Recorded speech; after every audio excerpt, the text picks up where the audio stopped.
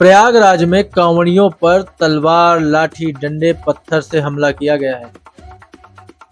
कहा जा रहा है कि मस्जिद थी, वहां नमाज हो रही थी और वहां से कांवड़ यात्रा निकल रही थी। डीजे बज रहा था, सब लोग नाच गा रहे थे।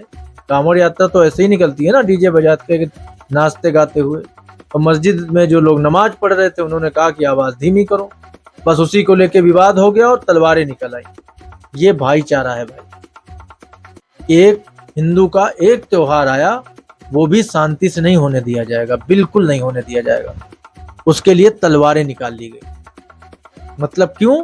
कि डीजे की आवाज धीमी नहीं हुई, तो इस वजह से वो लोग नाराज हो गए। उन्होंने क्या किया? तलवारें निकाल ली। अब सबसे बड़ा प्रश्न यही है कि उनके पास तलवारें कहां से आई? प्रशासन क्या सो रहा है वहां का? ये भी एक बड़ा प्रश्न है कि तलवारें कहां से आ जाती हैं इन लोगों के पास। और दूसरी सबसे बड़ी चीज कि ये लोग जरा जरा सी बात पर तलवारें क्यों निकाल लेते हैं? फिर भाईचारे की बात होती है, फिर तकलीफ हो जाती है। भी कोई बयान दिया जाएगा तो दिक्कत हो जाएगी लोगों को।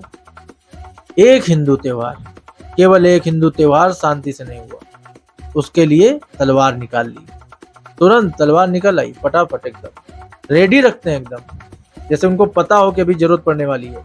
तलवार निकाल के सीधा हमला कर दिया। पुलिस कह रही है कि दोनों पक्षों में डीजे की आवाज को लेकर के बवाल हुआ है। बाद में शांतिपूर्ण तरीके से यात्रा निकाल दी गई। जांच की जा रही है। जो एक चश्मदीद है, जो उस लोगों को पहचानता है, वो कह रहा है कि भाई उसने कुछ नामजद भी कंप्लेन की है और कह रहा है 50 अज्ञात लोग भी भीड़ में थे। वीडियो बनाने की कोशिश हुई हमले की, तो उस वीडियो को डिलीट कराने की कोशिश की गई उस भीड़ के द्वारा, नमाजियों के द्वारा। इस वीडियो को डिलीट करो। फोन तोड़ने की कोशिश हुई। महिला के साथ अभद्रता हुई है, उसके कपड़े फाड़े गए हैं, ये भी सामने आ रहा है। ये भाईचारा है। कपड़े फाड़े गए हैं, घसीटा गया है उसको। जो भगवा झंडे थे उन्हें फाड़ दिया गया है। तो ये कब हुआ? बस एक छोटा सा हिंदू का त्योहार आया और आपको ये घटना देखने को मिल गई। मुहर्रम शांति से गुजरा है, भी कोई दिक्कत नहीं हुई, क्योंकि भाईचारा निभाने की जिम्मेदारी हिंदुओं की है और निभाएंगे। और सामने वाले क्या करेंगे? डीजे की आवाज थोड़ा धीमी नहीं हुई तो क्या किया? तलवार लेके आ गए, जान से मारने की धमकी दी। और वो जिसने कंप्लेन की है वो ये भी बता रहा है तो उसको ये भी बोला गया कि आगे अगर कोई और धार्मिक यात्रा कभी निकाली तो भी जान ले लेंगे। ये सब कंप्लेन में है। जो उसने कंप्लेन जिसने की है उसकी मैं बात बता रहा हूँ। पुलिस ने क्या बताया वो भी मैंने आपको बता दिया। तो ये एक बड़ी घटना प्रयागराज में हुई है। कांवड़ियों के साथ मारपीट हुई है। मारपीट क्या, जान से मारने की कोशिश ही हुई है। तो तलवारें लेकर के आए हैं, तो मतलब आप तस्वीरें मेरे बगल में देख ही रहे होगे।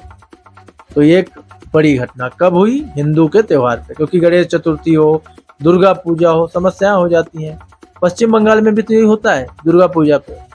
वहाँ ममता बनर्जी पहले ही बता देती हैं कि भाई कोई बड़ा राम का भक्त नहीं बनेगा, जो बनेगा तो प्रॉब्लम हो जाएगी, क्योंकि उन्हें भी दूसरे समुदाय से ज्यादा स्नेह है।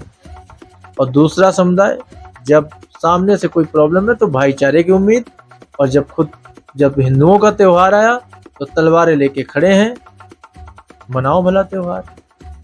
तो ये समस्या चल रही है।